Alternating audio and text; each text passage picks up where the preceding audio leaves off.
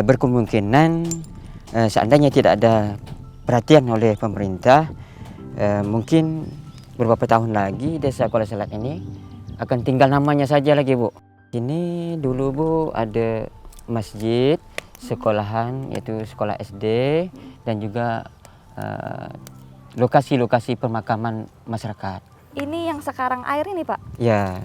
Dulu itu bangunan-bangunan rumah, Pak? Bangunan itu belah sana tiang-tiang yang banyak tuh, Bu. Yang di ujung mana, Pak, yang masih ada? Itu. Di sini lokasi-lokasi ini perumahan semuanya, perumahan masyarakat semuanya. Kalau rumah Bapak yang pertama kali dibangun itu mana, Pak? Yang tinggal di Kuala Selat yang pertama kali yang sebelum pindah pertama itu mana? Di sana? Di sana, tuh. Sana. Masih ada ini nggak, Pak, sisanya? Kalau sisa-sisanya tidak ada lagi nih.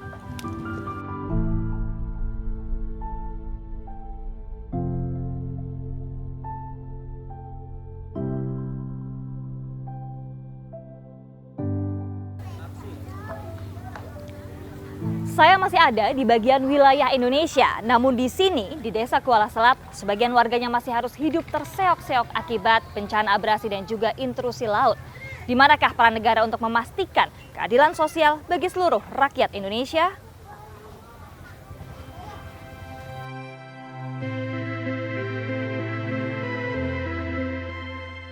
Nah, jadi kebun kami yang rusak itu beberapa parit ini nih ada 1.900 hektar.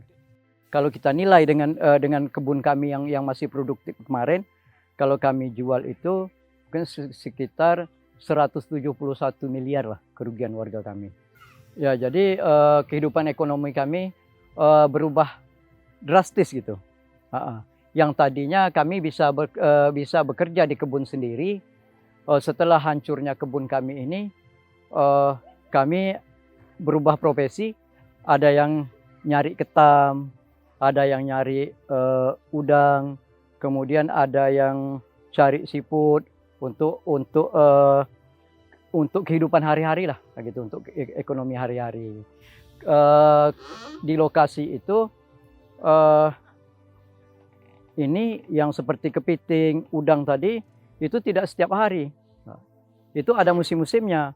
Pas musim pasang tinggi, kami bisa bekerja di situ. Kami cari ketam, cari apa segala macam. Di situ udang. Kemudian kalau sudah tidak musimnya, kami ikut kawan-kawan lah kerja kelapa gitu, di kebun mereka gitu. Ya, yang masih tersisa di tempat yang lain gitu.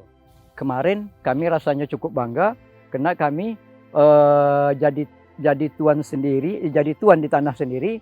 Sekarang jadi kuli di tanah orang. Gitu, Mbak. Ya, karena kebun kelapa rusak tadi.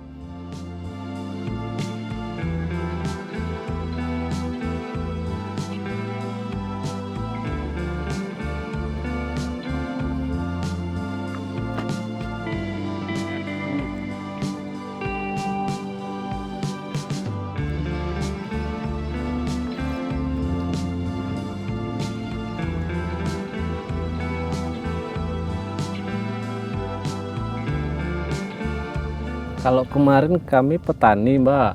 Petani itu kan kerjaannya kerja kelapa, ngopek kelapa gitu kan.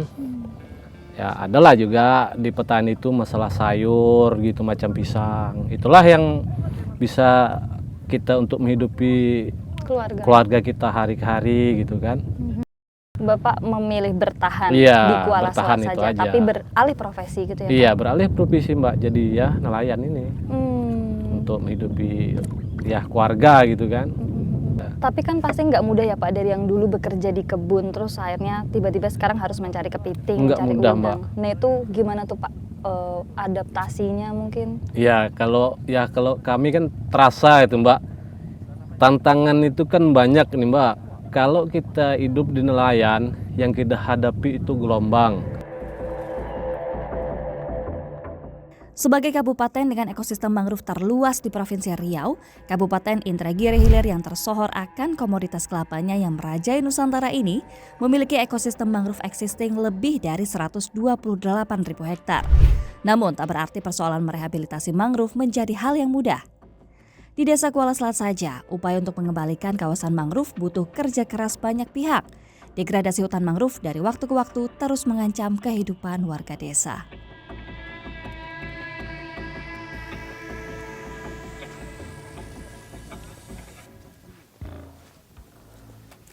Di tahun 1980-an, tempat saya berdiri saat ini dulunya adalah ekosistem mangrove yang cukup rapat yang tumbuh secara organik.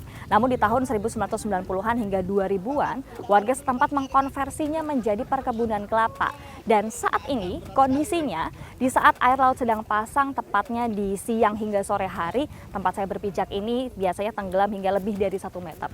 Dan kemudian akhirnya air laut pun menyerang dan juga menenggelamkan perkebunan kelapa milik warga yang ada di sana.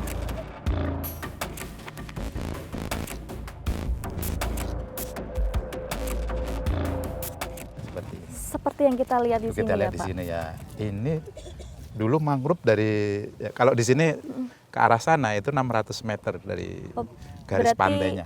Lebih dari ini yang kita terakhir Dari sini ini? ke sana itu 600 meter itu garis pantainya. Oh, oke. 600 Tapi ini semakin mundur ke sini, sampai 400 meter ke sana. Nah, itulah mangrove dulunya. Nah, baik. jadi itu dikonversi dijadikan perkebunan. Mangrove itu daerah pasang surut tumbuhnya, sedangkan kelapa perkebunan itu tidak bisa kena pasang surut, sehingga mereka membuat tanggul. Baik. Dibuat tanggul supaya tidak kena air asin yang masuk ke pasang surut. Ya. Dibuat tanggul, ya mereka berkeyakinan itu aman, tetapi ingat pasang tertinggi yang terjadi 18,6 tahun sekali itu terjadilah di bulan Desember itu. Oh, Desember baik. 2021. Baik. Sehingga Kita di situ ketika tanggul itu kena overtopping namanya, yaitu airnya pasang itu melimpas dari tanggul itu. Tanggulnya terkikis dan jebol. Demi mengembalikan luasan mangrove yang hilang tentu membutuhkan strategi khusus. Selain penanaman ulang mangrove, juga dibutuhkan pendekatan ekologi dan sosial serta pemantauan dan pemeliharaan jangka panjang. Saya merekomendasikan ya ada grey infrastruktur sama green infrastruktur. Grey infrastruktur itu dengan menggunakan struktur bangunan sipil. Kalau greennya ya dengan menggunakan mangrove. Ya. Jadi grey infrastruktur itu ya kita buat intervensi, kita buat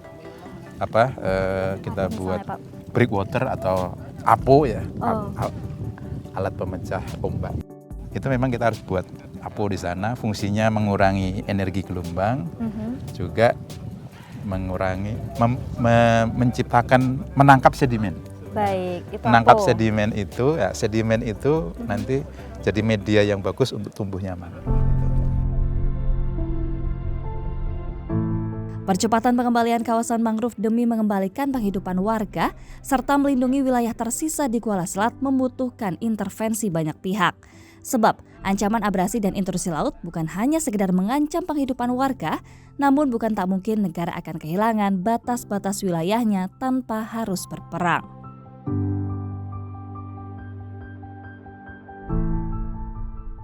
Yang kami setiap tahunnya abrasi itu di angka 15 sampai 25 meter per tahun.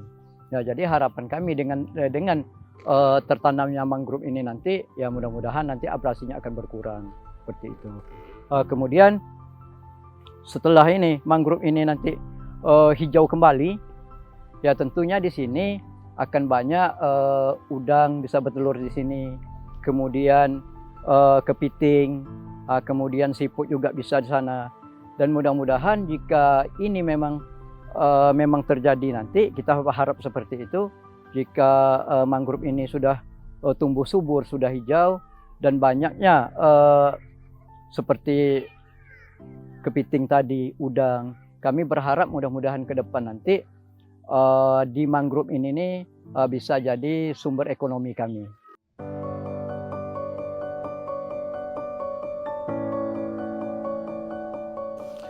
Kalau pelajaran yang bisa dipetik dari kejadian 2021 tadi, yaitu bahwa di daerah pesisir ini untuk melindungi apa saja itu memang sangat dibutuhkan mangrove. Dan seandainya kami berharaplah dari pelajaran tersebut kepada pihak pemerintah supaya mungkin bisa membantu kami. Jangan sampai kami ditinggalkan sendiri. Kami tidak mampu untuk melakukan itu. Kalau memang itu cepat dilaksanakan, insya Allah perekonomian masyarakat kami bisa pulih kembali dan beraktivitas sebagaimana biasa.